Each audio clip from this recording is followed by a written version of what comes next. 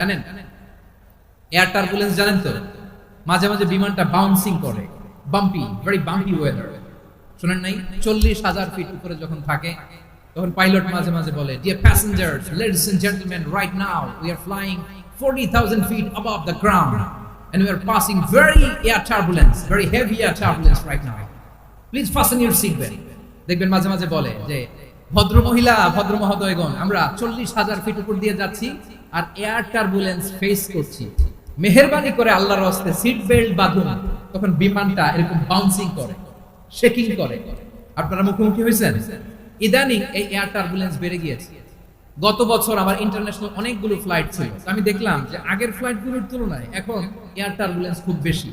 আমি একটু রিসার্চ করে দেখলাম, ক্লাইমেট চেঞ্জের কারণে, জলবায়ু পরিবর্তনের কারণে আকাশের বাতাসের মুভমেন্টে পরিবর্তন হয়েছে, ফলে এখন বিমান শেকিং করে বেশি, বাউন্সিং, বাম্পি ওয়েদার।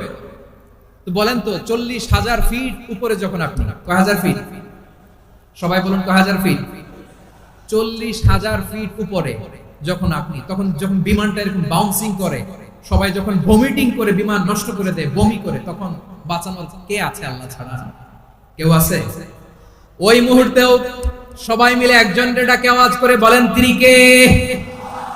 মাঝে মাঝে কিছু সোশ্যাল মিডিয়ায় কিছু ভিডিও পাওয়া যায় যে হেভি যখন এয়ার টার্বুলেন্স হয়, 10 সেকেন্ড 15 সেকেন্ডের কিছু ভিডিও পাওয়া যায়, বিমানটা এরকম বাউন্সিং করছে, বাম্পি ওয়েদার, কাঁপছে, মানুষগুলো বমি করছে, অক্সিজেন মাসগুলো সব ঝুলে পড়েছে, বিমানটা শুধু কাঁপছে।